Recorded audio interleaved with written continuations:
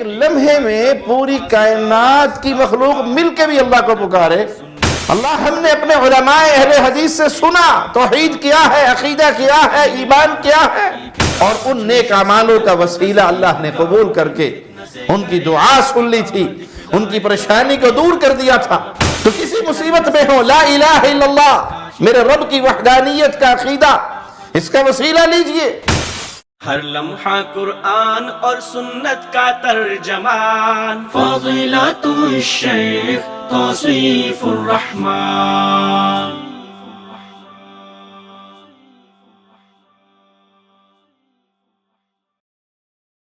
السلام علیکم ورحمۃ اللہ وبرکاتہ. ان الحمد للہ نحمده ونستعینه ونستغفره ونعوذ باللہ من شرور انفسنا ومن سیئات اعمالنا. من يهده الله فلا مضل له ومن يضلل فلا هادي له. اشهد ان لا اله الا الله وحده لا شريك له واشهد ان محمدا عبده ورسوله. اما بعد، بعض لوگوں کے ہاں یہ بات بڑی پختہ ہے کہ جب تک اللہ تعالیٰ کے سامنے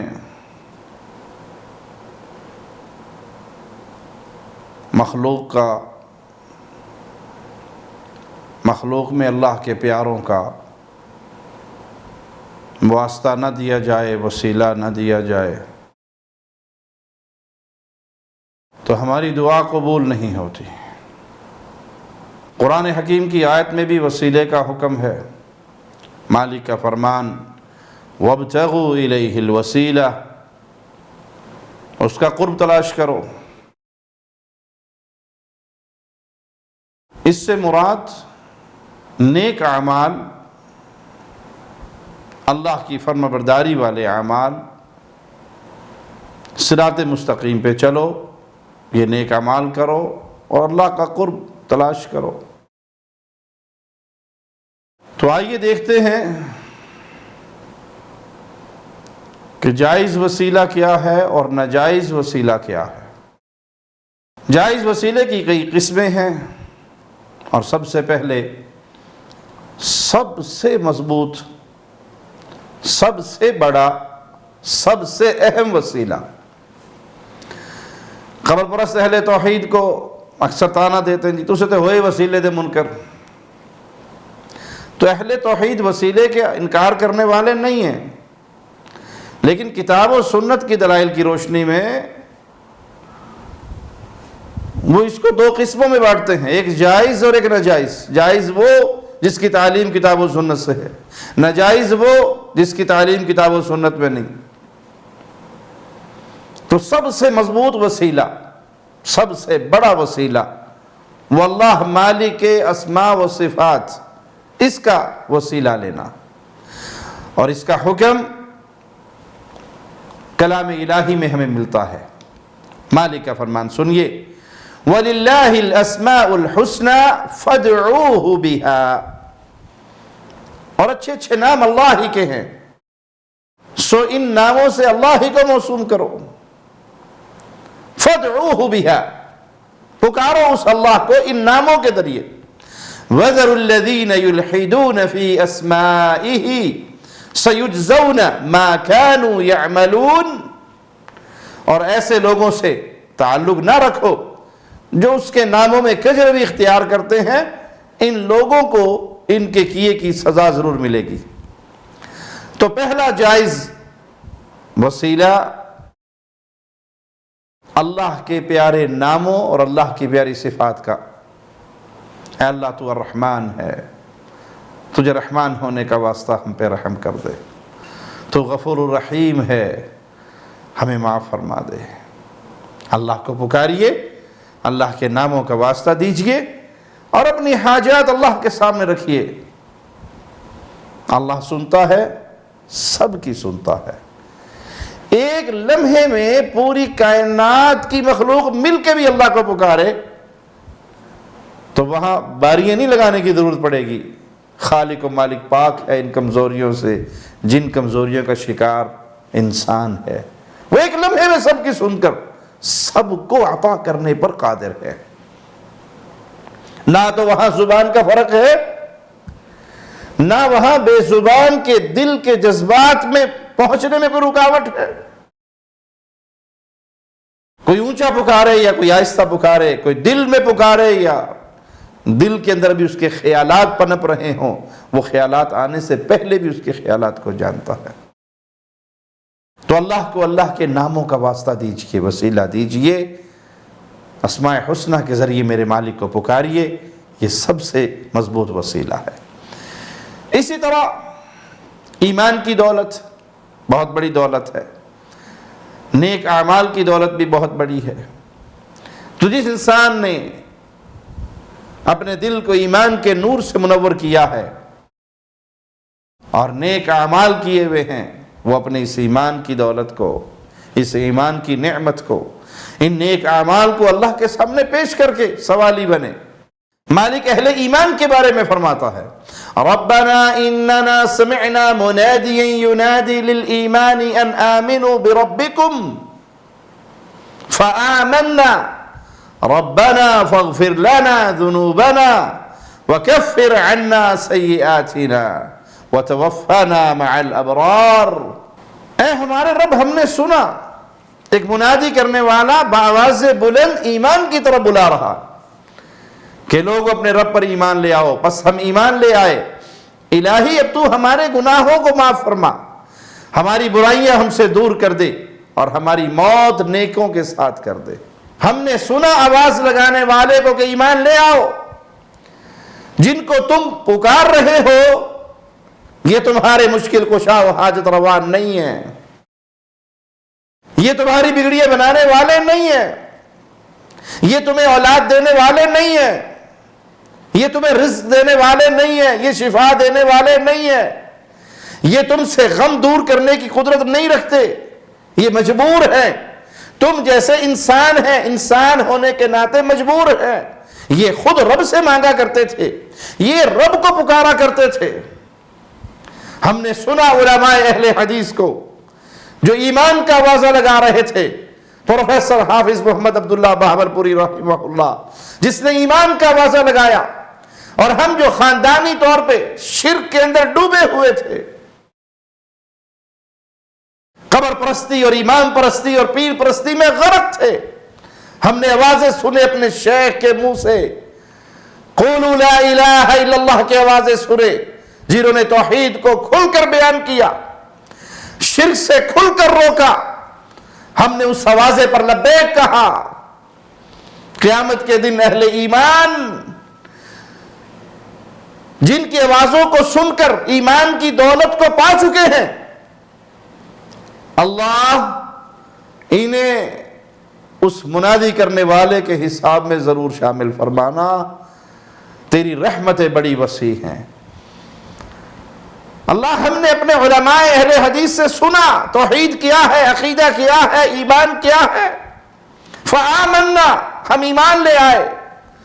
اللہ، ہے تو بندے گنہگار ہیں، خطا کار ہیں، تیرے سامنے سوالی ہیں، مولا تو اپنی رحمت سے ہمارے گناہوں کو معاف فرما دے، ہماری خطاؤں کو معاف فرما دے، ہمیں اپنے علماء، اپنے مشائخ کے لیے صدقہ جاریہ بنا دے۔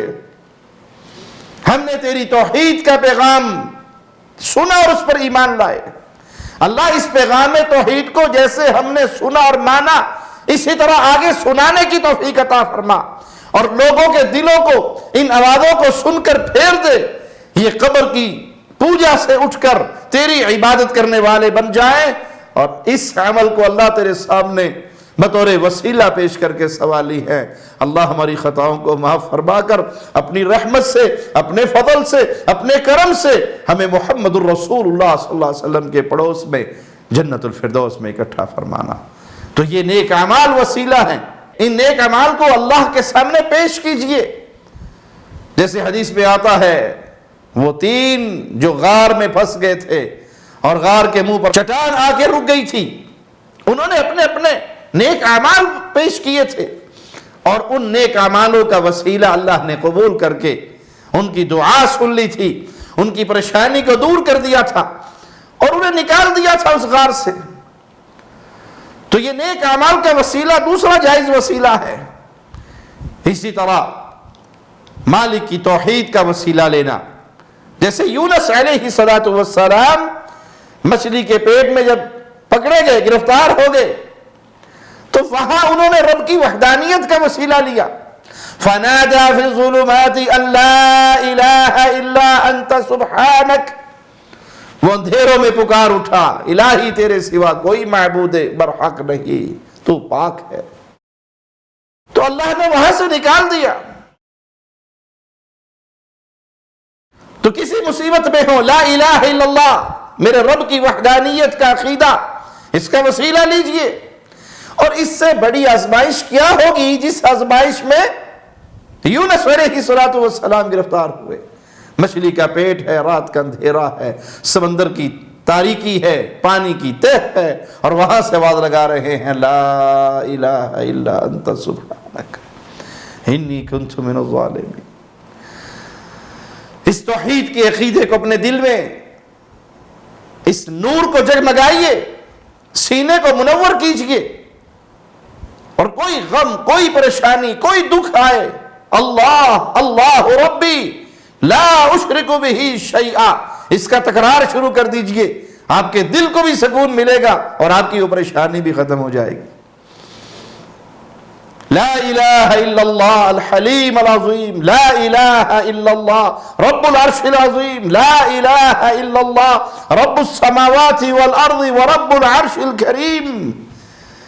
یہ توحیدی جملے، یہ لا الہ الا اللہ کی آوازیں، یہ رب کے پیارے ناموں کی صدائیں، مصطفیٰ علیہ السلام جب پریشانی میں ہوتے ان آوازوں کو بلند فرماتے، ان کو یاد کیجئے، اور دکھوں میں، غموں میں، پریشانیوں میں، مصیبتوں میں پھنسے ہوئے ہوں تو رب کی توحید کا واسطہ لیجئے، یہ واسطہ رب کے سامنے پیش کیجئے، اس عقیدے کا اقرار کیجئے، اس کے ساتھ اپنی سچی محبت بیان کیجئے، اللہ تمہیں ان پریشانیوں سے نکال دے گا۔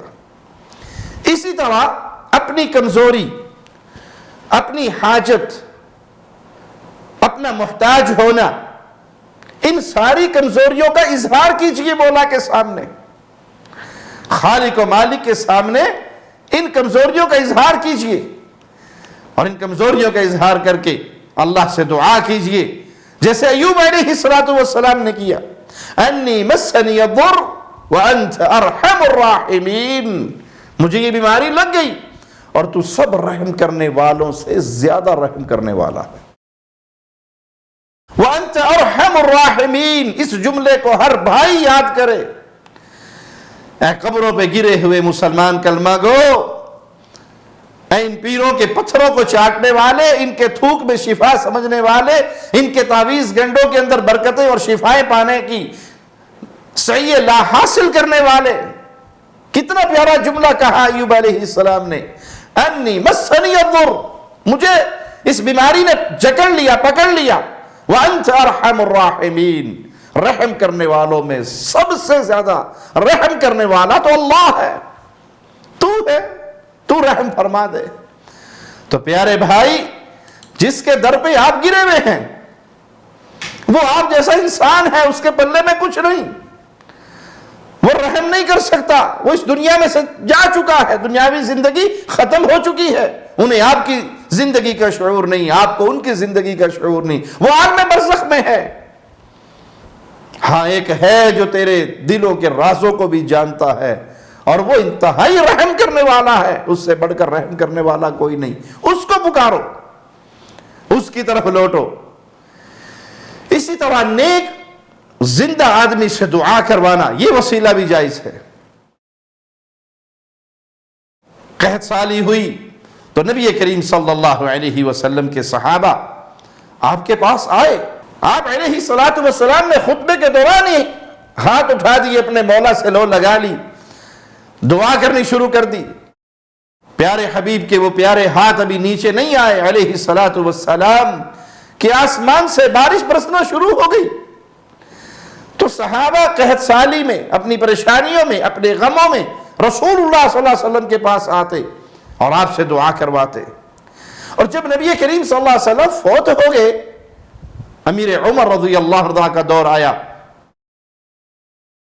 قحط سالی ہوئی، لوگ سیدنا عباس کو لے کر آئے اور سیدنا عباس نے اللہ سے دعا کی، اور یہ حدیث صحیح بخاری میں ہے۔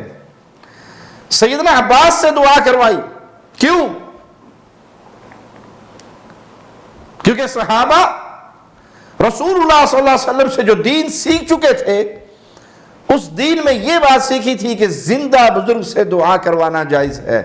کسی فوت شدہ کی قبر پہ آ کے اس کا وسیلہ دینا، یہ صحابہ کا منہج نہیں تھا، یہ صحابہ کا طریقہ نہیں تھا، صحابہ نے یہ نہیں سیکھا تھا اپنے رسول صلی اللہ علیہ وسلم سے۔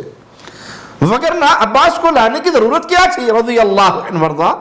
رسول اللہ صلی اللہ علیہ وسلم کی قبر پر آتے اور آپ سے دعا کرواتے، آپ کو پکارتے، آپ کا وسیلہ پیش کرتے۔ امیر عمر نے کہا، اللہ جب تک ہمارے نبی زندہ تھے وہ ہمارے لیے دعا کیا کرتے تھے، اور جب نبی صلی اللہ علیہ وسلم فوت ہو گئے، تیرے پاس آ گئے، تیری جنتوں کے مہمان بن گئے، ان کا یہ مبارک روضہ جنت کا ٹکڑا ہے، جنت کا باغ ہے، ہمارے پاس سے وہ اس دنیا سے چلے گئے، اب ہم ان کے چچا کو لائے ہیں عباس کو، یہ دعا کریں گے، یہ سوالی بنیں گے، ان کی سن کے ہمیں پانی پلا دے۔ یہ درس ہے امت کے لیے کہ زندہ نیک بزرگ سے دعا کروانا جائز ہے، جو فوت ہو گیا اس کا وسیلہ دینا یہ رسول اللہ صلی اللہ علیہ وسلم کے صحابہ کا طریقہ کار نہیں ہے۔ تو کسی زندہ بزرگ کے پاس جائیے، دعا کروائیے، نیک آدمی سے دعا کروائیے، نیک آدمی سے۔ اور نیک ہونے میں سب سے پہلی شرط یہ ہے کہ موحد ہو، مشرک نیک نہیں ہوا کرتا، پاکیزہ ہو۔ یہ مزارات پہ پڑے ہوئے ملنگ، یہ گندے، یہ میلے کچیلے، جنہیں سال ہر سال نہانے کی توفیق نہیں ہوتی، یہ اللہ کے ولی نہیں ہے، یہ بے نماز ہیں، یہ گندے ہیں، یہ شیاطین کے دوست ہیں۔ اللہ کے دوست تو پاکیزہ لوگ ہوا کرتے ہیں، نمازی ہوا کرتے ہیں، طہارت کرنے والے ہوا کرتے ہیں۔ اسی طرح اپنے گناہوں کا اعتراف کرنا اور اللہ کے ہاں اس کا وسیلہ لینا، اپنے گناہوں کو تسلیم کرے۔ ارشاد باری تعالیٰ کو سنیے، قال ربی انی ظلمت نفسی فاغفر لی، اے پروردگار میں نے تو اپنے اوپر ظلم کیا، تو مجھے معاف فرما دے۔ اپنی خطاؤں کو تسلیم کرے اور اللہ کے سامنے سوالی بنے، تو یہ وہ جائز وسیلے ہیں جس کی تعلیم ہمیں کتاب و سنت نے دی۔ اقول قولی ھذا واستغفر اللہ لی ولکم ولسائر المسلمین۔ ہر لمحہ قرآن اور سنت کا ترجمان، فضیلت الشیخ توصیف الرحمان۔